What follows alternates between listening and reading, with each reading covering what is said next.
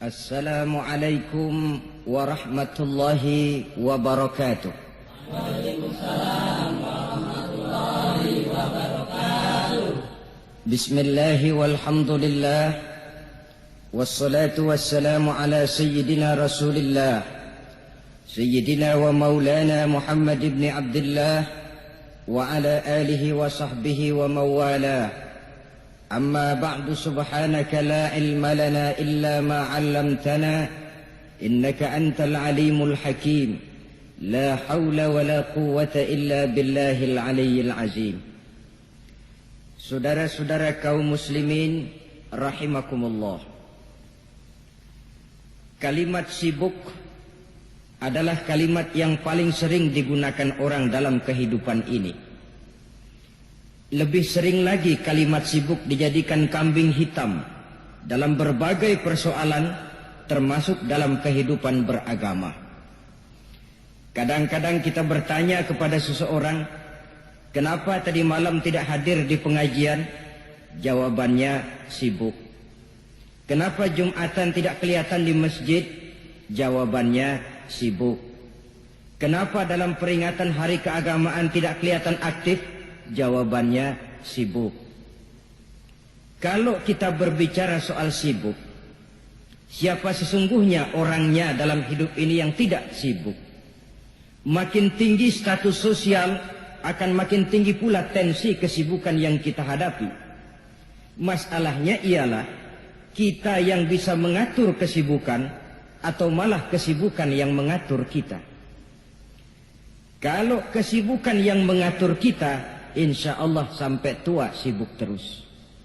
Tapi kalau kita bisa mengatur kesibukan, artinya dalam hidup ini ada semacam, bahasa kerennya, description of job. Ada semacam pengaturan waktu, ada semacam pembagian tugas di dalam kehidupan. Maka pada pertemuan kali ini kita akan berbicara tentang bagaimana mengatur waktu dalam hidup menurut contoh yang diberikan oleh Rasulullah sallallahu alaihi wasallam. Menurut riwayat dari Siti Aisyah radhiyallahu anha, adalah baginda Rasul membagi waktu dalam hidupnya itu menjadi 3 bagian. Sepertiga untuk Allah, sepertiga untuk tugas, sepertiga lagi untuk keluarga. Jadi ada waktu untuk Allah, ada waktu untuk tugas, ada waktu untuk keluarga. Bukankah dalam kehidupan ini kadang-kadang berlaku kepincangan dari tingkah seseorang? Ada orang yang seluruh waktunya cuma untuk Allah saja, tugas dilupakan, keluarga terlantar, itu bukan orang yang terbaik. Ada orang yang waktunya habis cuma demi tugas saja. Dari pagi sampai pagi lagi, kalau tidak di belakang meja, ia rapat saja kerjanya. Allah dilupakan, sujud tidak sempat, keluarga terbengkalai, itu juga bukan orang yang baik. Ada juga orang yang waktunya cuma untuk keluarga, kerjanya ngumpul saja. Seperti bahasa Inggris bilang, mangan ora mangan pokoknya ngumpul. Bermasyarakat tidak sempat, sujud tidak pernah, dengan kehidupan beragama jauh. Ini pun bukan orang yang terbaik. Orang yang baik ialah orang yang pandai mengatur waktu. Itu tadi cara baginda mengatur waktu dalam kehidupannya. Selanjutnya, bagaimana cara beliau mengisi waktu? Apa pengaruhnya dalam pribadi dan perjuangan beliau? Dan apa hubungannya dengan kita? Mari kita lihat lebih jauh. Sepertiga dari waktunya adalah untuk Allah. Artinya untuk beribadah kepada Allah. Bagaimana ibadahnya? Saudara-saudara, satu-satunya manusia yang dalam Al-Quran sudah mendapat jaminan ampun dari seluruh dosa yang pernah dikerjakan, cuma Rasulullah orangnya. Quran yang menjanjikan, liyaghfira lakallahu ma taqaddama min dzambika wa ma ta'akhkhar. Wahai Muhammad, dosamu yang dahulu, dosamu yang sekarang, dosamu yang akan datang kalau memang ada, seluruhnya sudah mendapat jaminan ampun dari Allah Subhanahu wa taala. Orang yang nyata-nyata sudah mendapat jaminan ampun dari segala dosa ini, ibadahnya luar biasa. Luar biasa bagaimana? Sejarah menceritakan beliau kalau sholat malam sampai bengkak kakinya karena rajin sujud. Aisyah menceritakan, satu malam selesai sholat isya saya akan tidur. Saya lihat suami saya sedang sholat, maka saya pun tidur.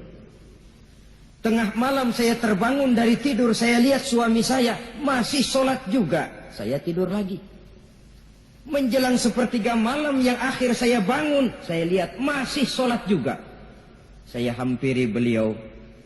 Saya tanya setelah sholatnya usai, "Bang," kata Aisyah, "ada apa yang?" Kata baginda Rasul. Sebab beliau itu, jangan senyum kalau saya katakan yang di sini. Sebab beliau itu pandai sekali menyenangi hati istrinya. Panggilan kelihatannya sepele, tapi bisa menghidupkan keharmonisan dalam rumah tangga. Beliau apabila memanggil Siti Aisyah dengan kalimat Humaira, "Ya Humaira," wahai yang pipinya kemerah-merahan. Cantik sekali panggilannya untuk istrinya. Kita kadang-kadang terlalu jujur tapi nyakitin. Mentang-mentang bini hitam, kalau manggil bini hitam, sini lo. Jujur tapi nyakiti itu. Hadirin yang saya muliakan, baginda menjawab, "Ada apa ya? Abang ini kan dosanya sudah mendapat jaminan ampun dari Allah." "Iya, lalu gimana?" "Ya kalau ibadah jangan terlalu gitu-gitu, benar, kenapa sih?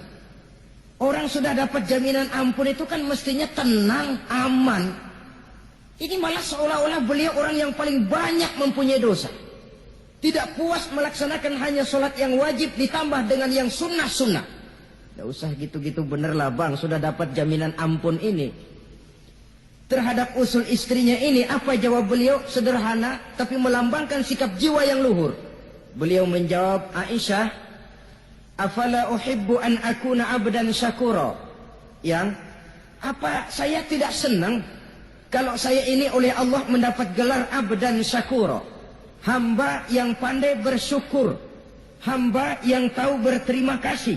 Makin diampuni, makin banyak sujud saya. Makin diampuni, makin banyak ibadah saya kepada Allah. Inilah prinsipnya.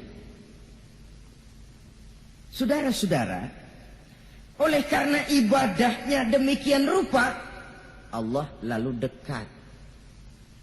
Oleh karena Allah dekat, perjuangan beliau itu, walaupun Quraisy melakukan segala macam cara dan usaha, mengeluarkan segala daya dan dana, kemampuan dan kekuasaan, tidak pernah berhasil mematahkan, walaupun berhasil menekan perjuangan baginda Rasulullah sallallahu alaihi wasallam. Coba kalau kita buka sejarah, beliau itu kan mulai berjuang sendiri, yang dihadapi masyarakat yang keras, kasar, brutal. 14 abad yang lalu, semenanjung Arabia terkenal sebagai masyarakat yang jahiliyah, di mana maksiat dan munkarat merajalela. Sembahan adalah berhala. Anak perempuan lahir dibunuh hidup-hidup.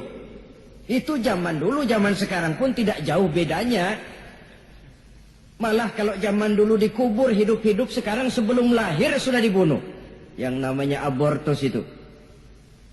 Kadang-kadang aneh. Kita mengadakan operasi bersih, dilarang buang sampah sembarangan. Kalau sudah buang sampah saja tidak boleh sembarangan, tahu-tahu zaman sekarang ini bayi dibuang di tempat sampah. Bukan lagi kertas, bukan lagi kardus, bayi dibuang di comberan. Kan lebih sadis sebenarnya dari jahiliyah 14 abad yang lalu. Judi di zaman dulu 14 abad yang lalu merajalela, menyentuh segala lapisan masyarakat. Di zaman sekarang pun judi tidak kurang hebatnya, cuma tentu dengan bahasa yang lain.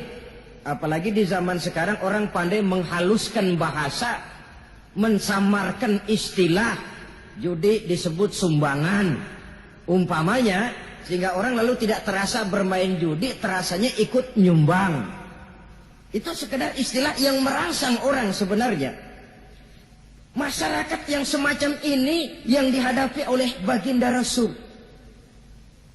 Diangkat jadi Rasul umur 40 tahun lalu mulai berjuang. Mula-mula secara sembunyi dakwahnya itu. Dari pintu ke pintu, dari rumah ke rumah, dari orang ke orang. Hasilnya 3 tahun gerilya berdakwah. Dapat pengikut tidak lebih 11 orang. Sudah tidak digaji, tidak dapat beras, hidup pun miskin. 3 tahun dakwah, dapat pengikut 11 orang.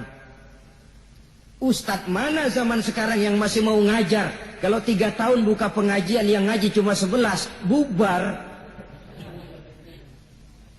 Kiai mana yang masih mau buka pondok kalau 3 tahun buka pesantren santrinya cuma 11?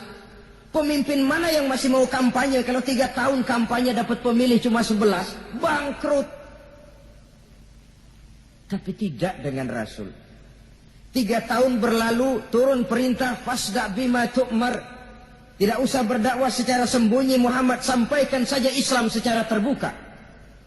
Mulailah beliau berdakwah secara terbuka, terang-terangan. Mula-mula Quraisy dikumpulkan dekat Ka'bah. Kumpulah Abu Jahal, Abu Lahab, Abu Sufyan dan gembong-gembong Quraisy. Di sana buat pertama kali secara terbuka baginda Rasul pidato. Tuan-tuan Quraisy, apakah tuan-tuan percaya kepada saya? Percaya. Kenapa? Karena Anda Muhammad sejak kecil belum pernah bohong. Baik. Jikalau memang tuan-tuan percaya kepada saya, maka mulai hari ini saya serukan kepada tuan-tuan, ankizu anfusakum minan nar. Jaga, pelihara, lindungi dan selamatkan diri tuan dari neraka. Tinggalkan segala macam berhala, jauhi Latta, Uzza, Manat dan Hubal. Sembah Allah Tuhan yang Esa, yang lam yalid walam yulad, yang tidak beranak dan tidak diperanakan. Ini dakwah pertama yang beliau sampaikan. Selesai beliau pidato, Abu Lahab interupsi, angkat tangan. Muhammad, ada apa paman? Alihaza jama'tana? Cuma untuk dengar ocehan kayak begini kami dikumpulkan di sini. Tabban laka ya Muhammad. Kalau bahasa kasarnya mau mampus kamu Muhammad. Nabi tidak jawab. Allah yang jawab. Tabbat yada abi lahabi wa tab. Ma aghna anhu maluhu wa ma kasab. Bukan Muhammad yang celaka. Abu Lahablah yang kelak akan menemui kecelakaan. Dakwah terus berlangsung. Ketika dakwah secara terbuka sudah dimulai, hambatan dan tantangan mulai datang. Sejak dari teror mental sampai kepada teror fisik. Dan puncaknya terjadi pada saat beliau berumur 53 tahun. Di mana Quraisy mengadakan rapat di satu rumah yang disebut Darul Arqam. Kumpulah di situ dedengkot Quraisy. Siapa lagi kalau bukan Abu Jahal, Abu Lahab? Mereka rapat pleno lengkap. Setelah rapat dibuka, kata Abu Lahab kepada Abu Jahal, Jahal, bagaimana ini Muhammad? Iya bagaimana? Apalagi yang belum kita lakukan, kata Abu Jahal. Kita fitnah sudah, kita caci maki tiap hari, kita lontari kotoran onta. Sahabat-sahabatnya kita bantai. Tapi mereka tetap tegar. Iya, kata Abu Jahal. Dan sekarang ini sahabatnya sebagian berangsur-angsur sudah hijrah ke Madinah. Ini pertanda Islam akan berkembang di kota Madinah. Kalau nanti dia berhasil di Madinah lalu menyerbu ke Mekah, alamat habis kita gulung tikar. Makanya, kata Abu Jahal, makanya apa? Makanya dari dulu juga saya bilang, kempesin aja itu. Jadi kalau bahasa okemnya kan begitu tuh. Bunuh saja Muhammad, bunuh. Iya, soal bunuh sih gampang, kata Abu Lahab. Tapi Muhammad kan tidak keluar dari batu. Dia punya keluarga, sanak famili dan handai tolan. Kalau keluarganya menuntut balas, bagaimana ini? Gampang. Kita kan banyak punya suku. Tiap-tiap suku kan punya juara, tukang-tukang pukul. Sewa saja. Tiap suku ambil tukang pukulnya. Kita kepung rumah Muhammad, bunuh sama-sama. Kalau keluarganya akan menuntut balas, dia akan berhadapan dengan seluruh suku yang ada di semenanjung Arabia ini. Bagaimana, setuju? Setuju. Nah, sudah. Kapan kita bunuh Muhammad? Kapan lagi? Tidak usah buang waktu. Besok malam. Ya, besok malam kita bunuh Muhammad. Tapi awas. Semua yang ikut rapat di sini, ingat baik-baik. Ini rahasia negara. Besok malam kita akan membunuh Muhammad. Siapa yang berani membocorkan rahasia negara ini, supersip. Dianggap menghambat program Quraisy. Itu nanti dijatuhi hukuman berat ya. Jaga rahasia baik-baik bahwa besok malam kita akan membunuh Muhammad. Sanggup? Sanggup. Rapat selesai. Hadirin boleh bubar ke rumah masing-masing. Pulang. Namanya manusia. Bocor juga rahasia ini. Begitu pulang, cerita sama istrinya. Bu, anu loh bu, apa pak? Saya tadi ikut rapat. Rapat apa tuh pak? Besok malam akan ada pembunuhan. Pembunuhan. Siapa toh yang mau dibunuh? Muhammad. Tapi jangan bilang-bilang ya. Ini rahasia negara. Ini rahasia negara bu. Jangan bilang-bilang. Iya pak, iya. Nah besok pagi istrinya ngobrol sama tetangganya. Mbak Ayu tahu nggak? Apa toh? Nanti malam akan ada pembunuhan. Siapa yang mau dibunuh? Muhammad. Loh, sampean tahunya dari mana? Suami saya ikut rapat, tapi jangan bilang-bilang ya bu ya. Ini rahasia negara. Jangan bilang-bilang. Nanti yang satu sampaikan lagi. Jangan bilang-bilang. Terus jangan bilang-bilang. Akhirnya berita tersebar. Sehingga pagi hari itu sebagian besar penduduk Mekah sudah tahu kalau nanti malam akan ada pembunuhan. Maka lepas zuhur, Mekah itu mulai tegang. Yang simpati, aduh kasihan Muhammad nanti malam akan dibunuh. Yang tidak senang, mampus biar dia rasain ntar malam. Saudara-saudara, begitu maghrib berbunyi sudah, udara mulai gelap. Penduduk Mekah sudah kunci pintu seperti ada jam malam. Sepi, sesepi-sepinya. Tutup pintu, kunci, bukan tidur, ngintip dari dalam. Lepas jam 8 malam, makin tegang. Masing-masing penduduk ngintip dari pintunya. Sudah berangkat belum orang yang mau bunuh Muhammad? Sudah berangkat belum? Kira-kira jam 9 ini, tukang-tukang pukul lewat mau ngepung rumah Muhammad untuk membunuh beliau. Begitu masuk Mekah, penduduk sudah kunci pintu. Tapi mereka tahu kalau semua ngintip. Wah, makin hebat ini yang pemuka Quraisy ini. Tukang-tukang pukul ini. Jalannya dibuat gagah-gagah. Barisnya dibuat hebat-hebat. Itu injekan tanahnya dalam baris dibuat kenceng-kenceng. Brak, brak, brak, brak. Kayak serdadu baris. Lewat dekat rumah penduduk pakai batuk lagi. Yang dari dalam ngintip makin ciut. Wah, ini dia yang mau bunuh Muhammad ini. Sampai di rumah Nabi, dikepung rumah Nabi, di pagar betis. Malam itu di dalam rumah cuma Nabi, Abu Bakar dan Ali bin Abi Thalib. Nabi tahu rumahnya dikepung. Lewat tengah malam beliau berkata, Abu Bakar, saya ya Rasul, mari kita berangkat hijrah. Baik ya Rasul. Ali, saya ya Rasul, kamu gantikan saya ya. Gantikan apa ya Rasul? Gantikan tidur di tempat tidur saya. Baik ya Rasul. Masya Allah. Sekali menggantikan mati. Tidur di tempat tidur Rasul pada malam rumahnya dikepung. Resikonya kan mati. Menggantikan mati. Lah kalau menggantikan lurah lumayan. Menggantikan mati. Dan Ali tahu persis resikonya. Dan beliau waktu itu masih muda. Dan beliau tidak nawar. Baik ya Rasul, saya akan tidur di sini, berangkatlah Tuhan. Berangkat Rasul. Ketika keluar dari pintu belakang rumah dikepung rapat, terjadilah keajaiban yang Allah ceritakan. Wa ja'alna min baini aydihim sadda wa min khalfihim sadda fa aghshaynahum fahum la yubsirun. Di muka, di belakang, di kiri kanan dibuatkan dinding oleh Allah, dibutakan mereka. Mereka tidak lihat kalau Muhammad keluar dari rumahnya. Siaga penuh, apel, mata melotot, Nabi lewat nggak kelihatan. Sampai Nabi kemudian menuju Gua Thur, 3 malam 2 hari di sana. Dari sana perjalanan dilanjutkan ke Madinah Al-Munawwarah. Allahu Akbar. Mengarungi gurun pasir yang gersang dan tandus, yang terbentang antara Mekah dan Madinah. Meninggalkan kampung halaman tempat di mana dilahirkan dan dibesarkan. Keluarga yang berbeda akidah terpaksa berpisah. Kok kuat? Kok bisa? Kok sanggup? Di mana rahasia kekuatannya? Beliau punya sandaran vertikal. Ibadahnya kepada Allah.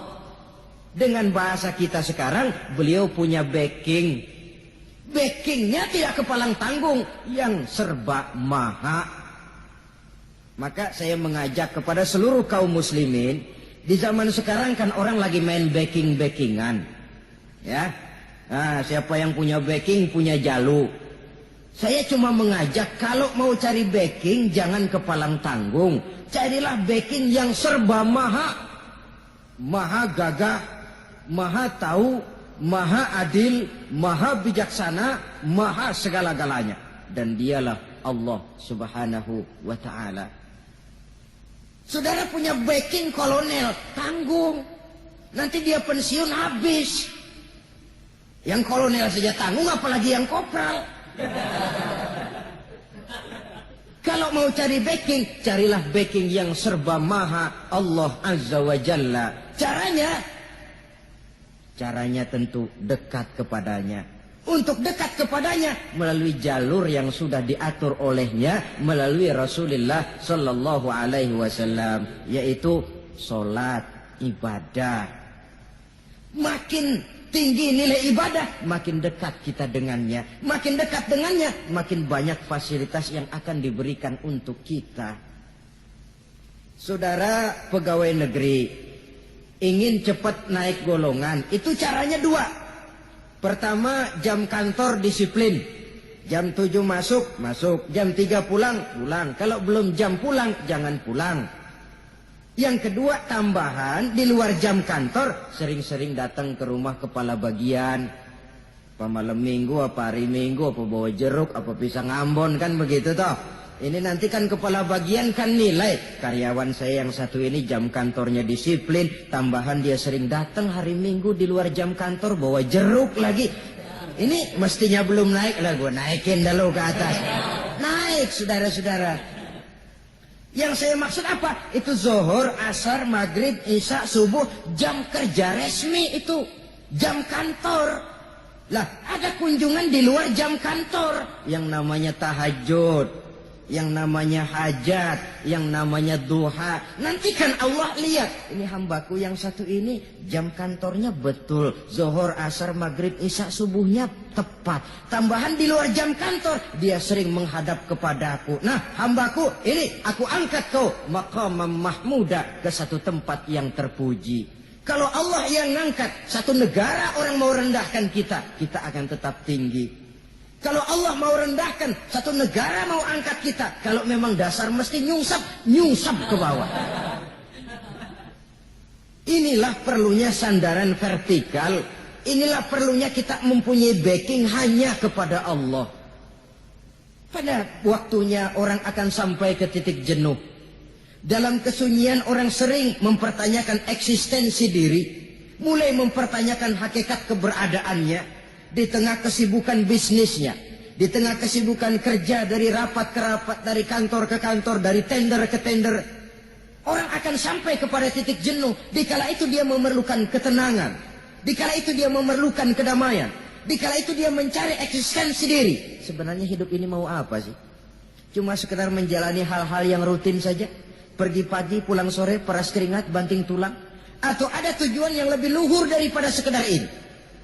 Dikala itulah dia mulai mencari jalur untuk mendekatkan diri kepada Sang Pencipta. Dan tidak bisa ingin dekat dengan Allah, saudara, pakai aturan sendiri. Ingin dekat dengan gubernur harus ikut aturan yang ditetapkan oleh protokolnya gubernur.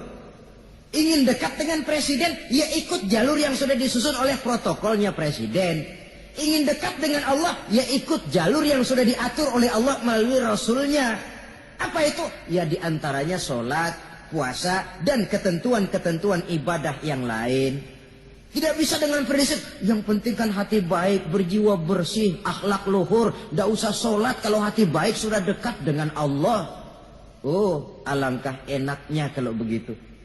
Kalau dengan itu bisa dekat dengan Allah, rasanya Nabi Muhammad yang paling dulu berhenti sembahyang. Kenapa? Beliau orang yang hatinya paling baik. Beliau orang yang budinya paling luhur. Kalau budi luhur dan hati baik sudah menjamin untuk dekat dengan Allah, Nabi dulu berhenti sholat. Nyatanya tidak.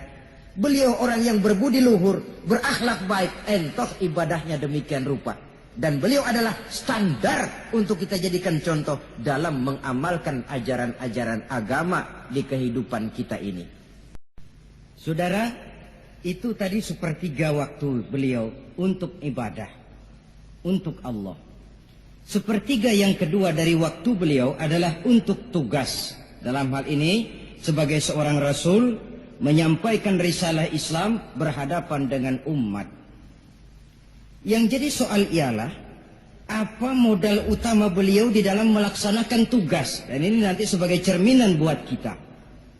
Modal utamanya pertama adalah keteladanan, dan yang kedua adalah akhlak.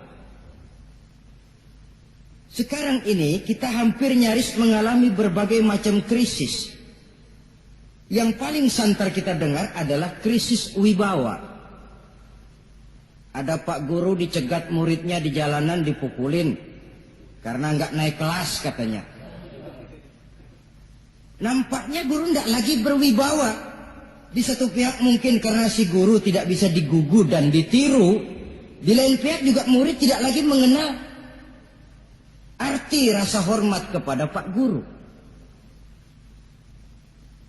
Nah, kenapa krisis wibawa timbul? Karena tidak ada keteladanan.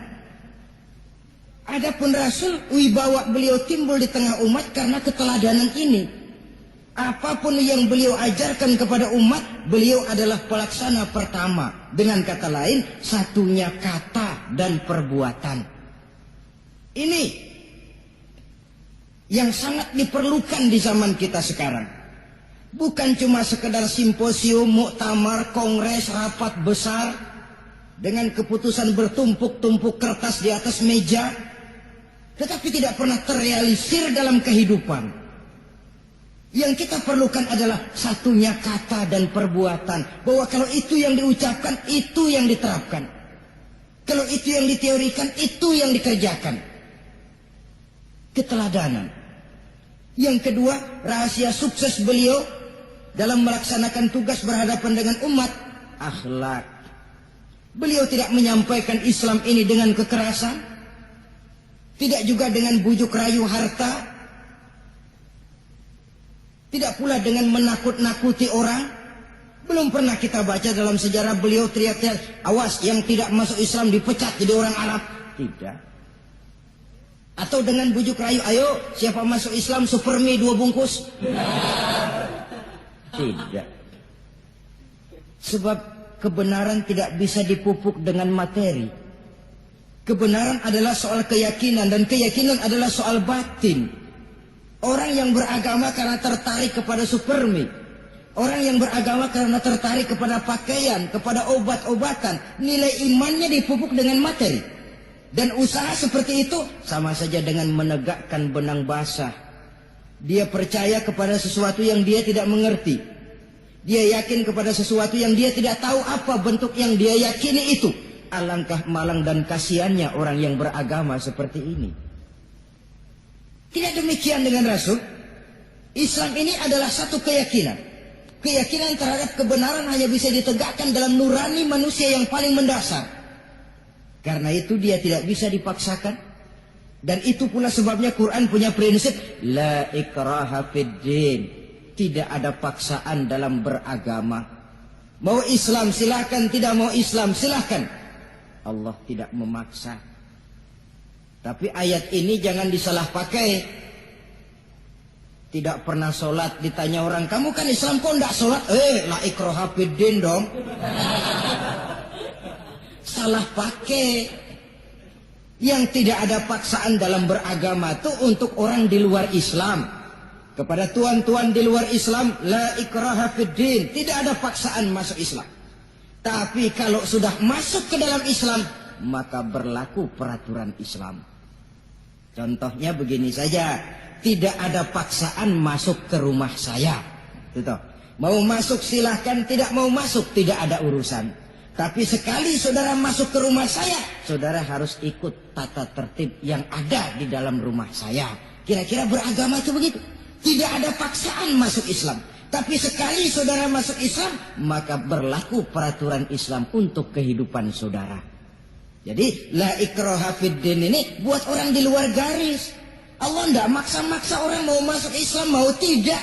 Silahkan saja. Tapi ketika orang mendapat hidayah, masuk ke dalam Islam, peraturan Islam berlaku dalam kehidupannya. Saudara hadirin, kaum muslimin rahimakumullah. Akhlak. Mari kita lihat lebih jauh bagaimana sih akhlak beliau yang mulia itu. Allahu Akbar. Kalau orang berakhlak kepada teman, itu sih biasa. Tapi berakhlak kepada musuh, ini yang luar biasa. Ini yang agaknya Allah saja memuji beliau. Wa innaka la'ala khuluqin azim. Engkau Muhammad benar-benar berada di atas budi pekerti yang luhur dan terpuji. Kalau saya baik kepada orang yang memang baik kepada saya, logis toh. Wajar, memang harusnya. Tapi berbuat baik kepada orang yang jahat terhadap saya, ini yang tidak setiap orang bisa.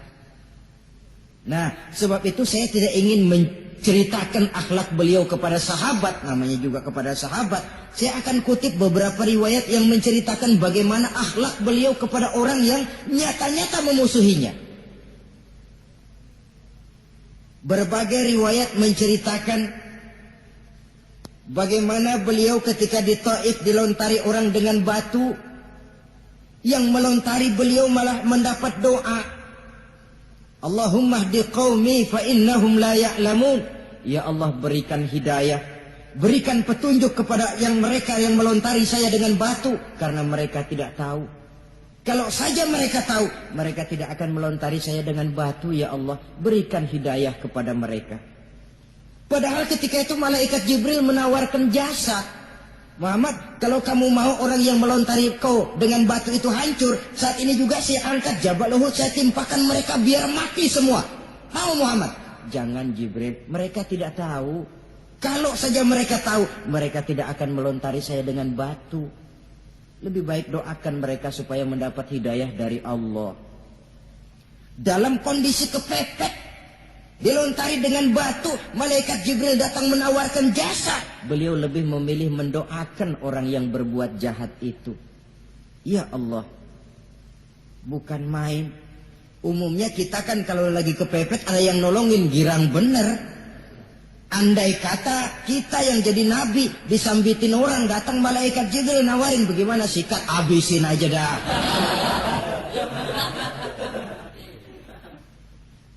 Ini akhlak kepada musuh.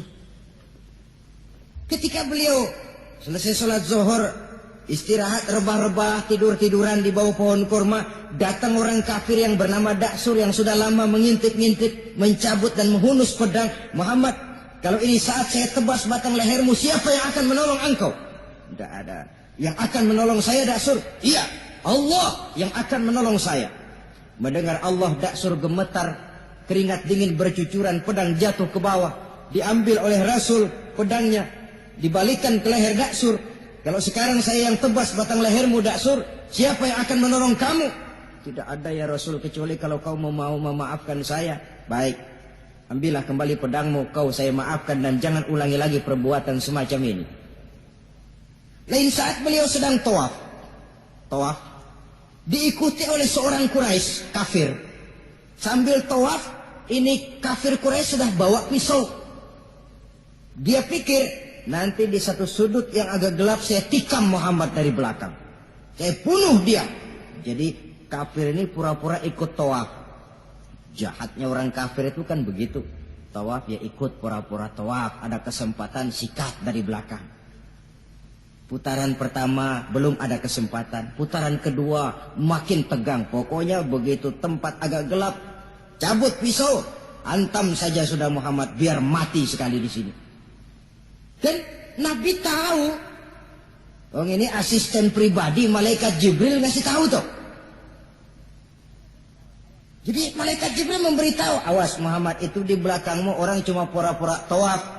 Dia bawa pisau mau bunuh kamu, hati-hati Muhammad, Roger ganti gitu.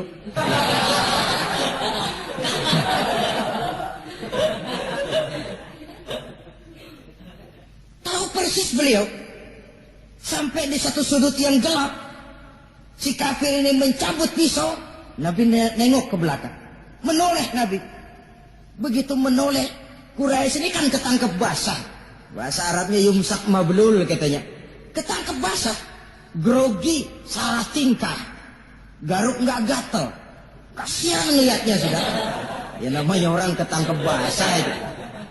Mau alasan apa? Nggak beralasan ya. Harus merasa harus membela diri. Gemetar nggak karu-karuan. Kata Nabi senyum. Mau apa, Mas? Ano Rasul, ini ano apa? Ano. Sudah, saya kan tahu kamu mau bunuh saya toh. Sudah, saya sudah tahu kok. Kamu jangan pura-pura. Kamu kan mau bunuh saya kan? Terus terang saja. Iya Rasul, iya. Sekarang gimana? Enggak berani Rasul. Minta maaf saja. Ya kalau sudah kamu minta maaf begitu, sudah kamu pulang sana. Jangan diulangi lagi ya.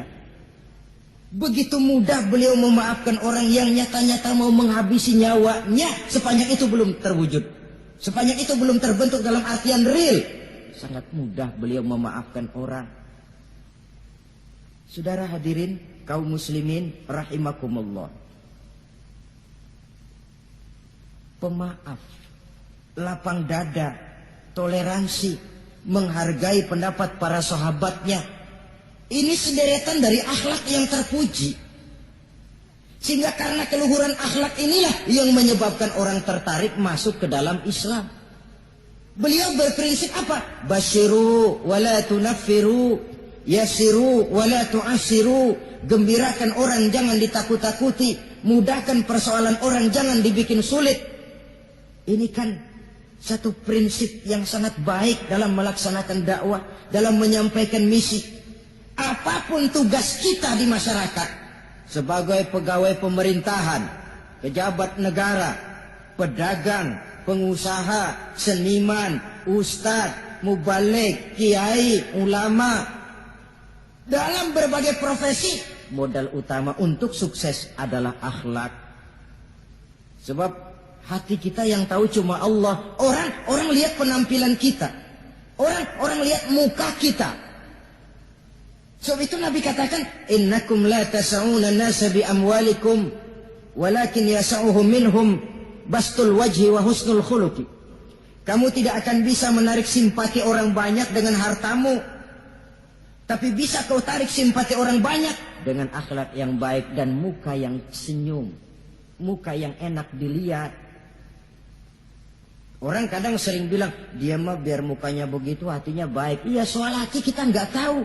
Yang kita lihat pertama muka. Bagaimana gue mau ikut dia, mukanya kayak batu kuburan. Kesan seram pertama itu kan sudah lihat ada. Walaupun kadang-kadang hati memang baik, tapi hati itu kan urusan Allah. Yang kita lihat pertama muka. Ini barangkali nanti termasuk teori dalam psychology of salesman ya. Bahwa sesuatu yang baik kalau dihidangkan dengan cara yang tidak baik, orang tidak akan tertarik.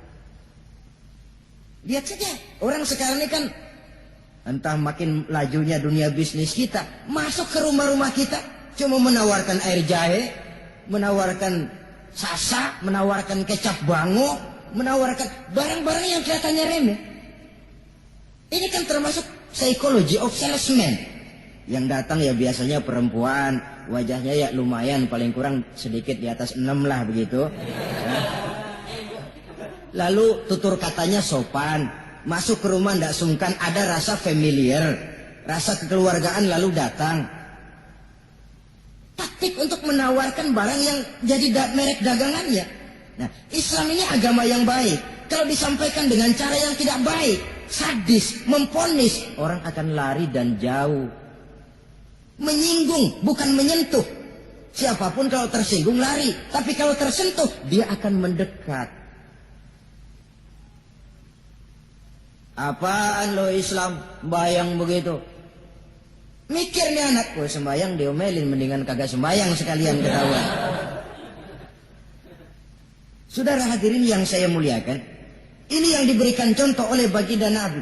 Apapun tugas kita, pedagang utamakan akhlak, petani utamakan akhlak, seniman utamakan akhlak, mubaligh utamakan akhlak, pejabat negara utamakan akhlak, pelayan dan pengabdi masyarakat utamakan akhlak. Saudara hadirin yang saya hormati, kaum muslimin yang berbahagia.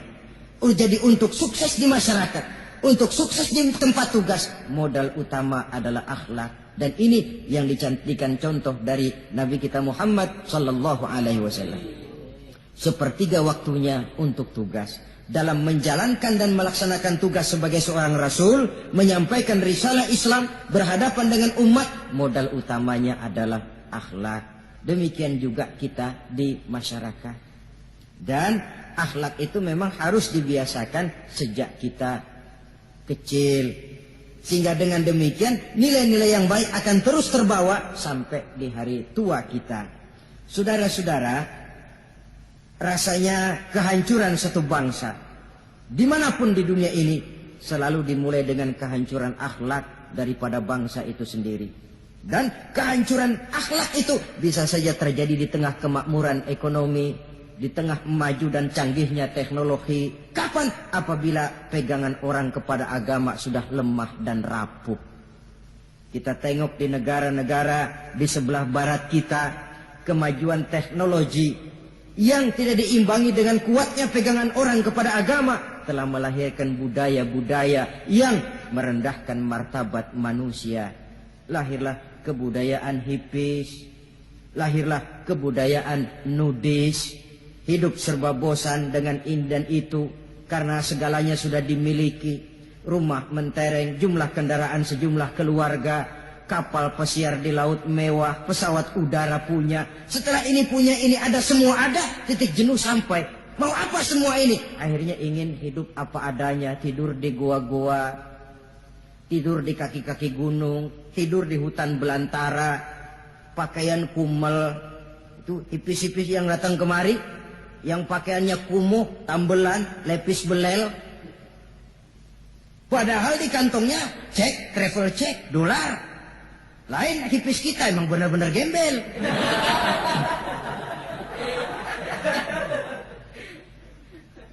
Merasa jenuh, merasa bosan. Bahkan sebuah berita dari Jerman, orang terlalu kaya, pulau dibeli. Di pulau itu dia bikin satu klub yang bernama klub nudis. Setiap anggotanya boleh masuk ke pulau itu dengan catatan tidak boleh pakai pakaian selembar pun. Alias bugil, telanjang bulat. Sudah telanjang bulat itu. Dan di sana berlakulah apa yang disebut serba boleh. Jadi kalau di sana ke sana saudara bawa istri masuk anggota, ya silahkan saja. Istilah tukar pakai, simpan pinjam bisa-bisa saja, asal suka sama suka. Asal perbuatan yang dianggap tidak merugikan orang lain, suka sama suka, sudah tidak bisa dituntut oleh norma yang berlaku. Ya. Itulah sebabnya kita sering prihatin bahwa kemajuan sering membawa pergeseran nilai. Apabila kita tidak bisa menghindarkan diri dari proses pergeseran nilai, setidaknya kan kita bisa menjaga diri jangan sampai hanyut oleh nilai-nilai yang negatif. Akhlak, baik sebagai muslim, baik sebagai bangsa Indonesia yang berkepribadian luhur, itu merupakan cerminan kita. Saya prihatin. Belum lama diselenggarakan kontes bibir terindah.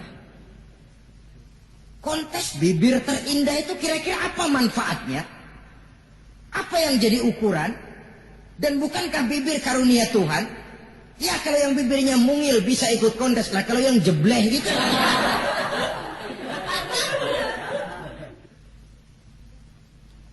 kontes bibir terindah masih hangat dibicarakan orang, sudah muncul lagi kontes betis terindah. Nah kalau sudah bicara soal betis ini, kan yang terbayang oleh kita kira-kira ukurannya apa? Yang diukur itu apanya ya? Ya tentu betisnya itu. Nah paling celaka kalau betis-betis yang ikut itu nanti jadi milik panitia semua kan.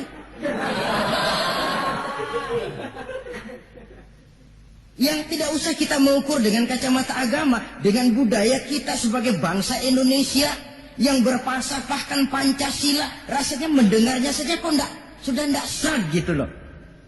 Tidak pas untuk ukuran kita sebagai bangsa yang berfalsafahkan Pancasila.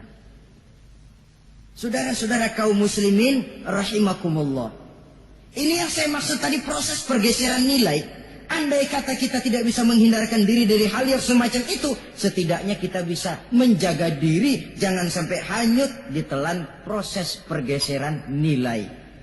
Dan memelihara nilai-nilai akhlak ini dari hari ke hari memang tidak semakin ringan, bahkan akan semakin berat, karena tantangan yang kita hadapi juga akan semakin berat. Inilah sepertiga yang kedua dari waktu beliau untuk melaksanakan tugas.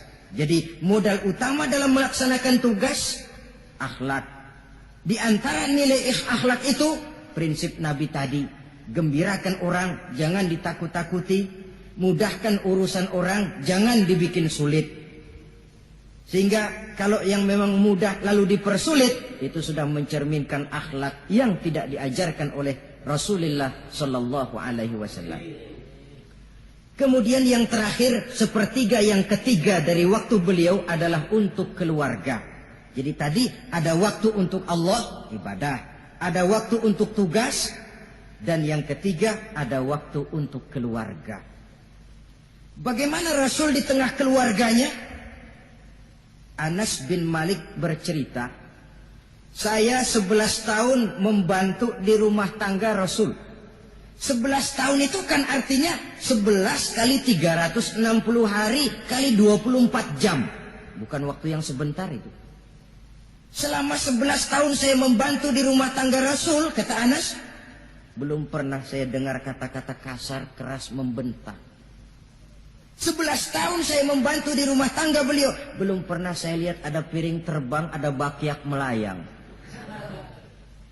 Artinya apa? Cerminan dari ketentraman, keayeman, kedamaian rumah tangga beliau. Padahal rumah tangganya kecil. Istrinya lebih dari satu, tapi aman, tentram, rukun. Kita kadang-kadang istri satu seminggu 7 hari, perang 6 hari. Cuma 1 hari gencatan senjata. Sudah hadirin, saudara kaum muslimin rahimakumullah. Kalau beliau tidak menyenangi satu masakan, misalnya masakan istrinya, tidak menca-menca, cuma kelihatan dari makannya barangkali tidak begitu banyak, tapi tidak pernah mencela apapun yang dimasak istrinya. Senang ya dimakan, tidak senang ya dimakan karena menghargai lelah jerih payahnya istri. Ini kelihatannya sepele, tapi dari sini keharmonisan rumah tangga itu bisa saja timbul. Bukankah seseorang hanya bisa sukses di tempat tugas? Jadi apapun dia, kalau berangkat dari ketentraman dan ketenangan di rumah tangga. Dan tidak ada orang bisa meraih sukses kalau dia berangkat dari rumah tangga yang berantakan. Itulah sebabnya ini sangat diperhatikan oleh baginda Rasul. Dari rumah yang kecil, dari tempat tidur yang sederhana, yang sebelah itu kain kasar, sebelah dipakai untuk tidur, sebelah dipakai untuk selimut. Jadi kasur merangkap selimut. Allahu Akbar. Tapi dari rumah tangga yang semacam itu keluar ucapan baiti jannati, rumah tanggaku laksana surga bagiku. Di mana sih rahasianya? Karena rumah tangga beliau didirikan di atas ajaran agama. Agama membuat suami istri tahu hak dan tahu kewajiban. Kalau kewajiban dilaksanakan, hak diberikan, akan timbul saling pengertian. Apabila ada pengertian, akan timbul ketenangan. Dan ketenangan adalah tangga utama untuk mencapai rumah tangga bahagia. Apalah artinya? Seperti banyak istilah orang, rumah bertingkat, uang banyak berlipat-lipat, kendaraan serba mengkilat, istri pun cantik memikat, kadang-kadang jumlahnya 4. Tapi tiap hari kiamat.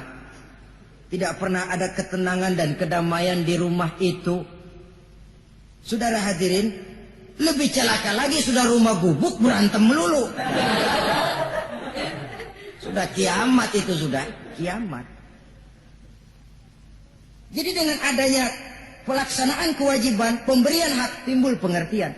Pengertian membawa ketenangan. Suami keluar rumah, istri tenang di rumah. Suami meninggalkan istri pun hatinya tenang dan tentram, tidak was-was, tidak berpikiran nanti kalau saya lembur ini istri ngompreng, tidak. Si istri pun lega melepas suami karena ada keterbukaan. Ini kan menurut angket terakhir loh ya, yang diadakan oleh beberapa majalah di ibu kota ini. Di ibu kota katanya, dari sejumlah laki-laki yang disebarkan angket, ternyata jika ada 3 laki-laki, 2 nyeleweng.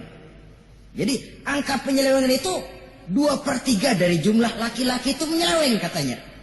Ya mudah-mudahan yang kumpul di sini termasuk 1/3 yang nggak nyeleweng itulah. Dan tidak semua bentuk penyelewengan itu karena alasan ekonomi. Bukan pula karena alasan ketidaksetiaan istri. Tapi merupakan cerminan dari sikap hidup di mana orang jauh dari nilai-nilai agama. Sehingga penyelewengan itu dianggap sesuatu yang manusiawi. Biasa-biasa saja. Bahkan kadang-kadang ikut membentuk status sosial. Melahirkan kebanggaan. Innalillahi. Orang kalau sudah bangga nyeleweng bangga. Nah, itu kiamat sudah. Sama saja, bikin dosa, ketawa. Waduh. Itu malaikat gemes bener. Udah bikin dosa cengengesan, cengar-cengir. Tidak ada rasa nyesel, tidak ada rasa takut, tidak ada rasa bersalah. Biasa gitu. Saudara hadirin yang saya muliakan. Ini kan cerminan dari rapuhnya pegangan orang kepada agama. Jadi untuk membina rumah tangga yang bahagia ini, 1/3 dari waktu untuk di tengah keluarga menghidupkan nilai-nilai agama di rumah tangga kita. Oleh karenanya pada bagian akhir dari pertemuan yang singkat ini saudara-saudara, saya mengajak, marilah pandai-pandai membagi dan mengatur waktu. Ada waktu untuk Allah, ada waktu untuk tugas, ada waktu untuk keluarga. Syukur kalau ada keseimbangan. Tapi kalau tidak, istilah usul fikih itu tatimul aham minal muhim. Mendahulukan yang terpenting dari yang penting. Kalau ada 3 persoalan semuanya penting, tentu di antara 3 ini kan ada yang lebih penting. Dan itulah yang dikerjakan lebih dulu. Dan ini tidak berarti bahwa penjatahan waktunya harus sama. Untuk ibadah dalam sehari semalam sekian jam, untuk tugas sekian jam, untuk keluarga sekian jam. Tidak bisa kita targetkan begitu. Dan yang dimaksud di sini pun adanya pengaturan. Pengaturan tidak berarti bahwa harus sama waktunya, tidak. Kita melihat kepentingannya. Saudara hadirin, sama saja di zaman sekarang, kalau dengan pembangunan kita ingin menciptakan pemerataan di kalangan rakyat, itu tidak berarti bahwa rakyat Indonesia ini standar ekonominya harus sama semua, seperti yang dicita-citakan komunis. Tidak bisa. Menciptakan pemerataan artinya, kalau yang kaya bisa semakin kaya, kenapa yang miskin tidak bisa naik jadi sedikit kaya? Dan artinya menciptakan kesempatan kepada setiap penduduk Indonesia untuk merubah tahap dan taraf kehidupannya. Demikian juga adanya pengaturan waktu. Bukan berarti untuk Allah sekian jam, keluarga sekian jam, tugas sekian jam. Sebab jam-jam ini sulit kita jatahkan. Kadang-kadang tugas, kadang-kadang keluarga, kadang-kadang ibadah kita sedang gandrung. Yang penting ada keseimbangan dalam cara kita mengatur waktu itu. Nah saudara-saudara, demikianlah pertemuan dan pembicaraan kita kali ini. Terima kasih atas segala perhatian. Mohon maaf atas segala kekurangan. Usikum wa nafsi bitaqwallah. Wassalamualaikum warahmatullahi wabarakatuh.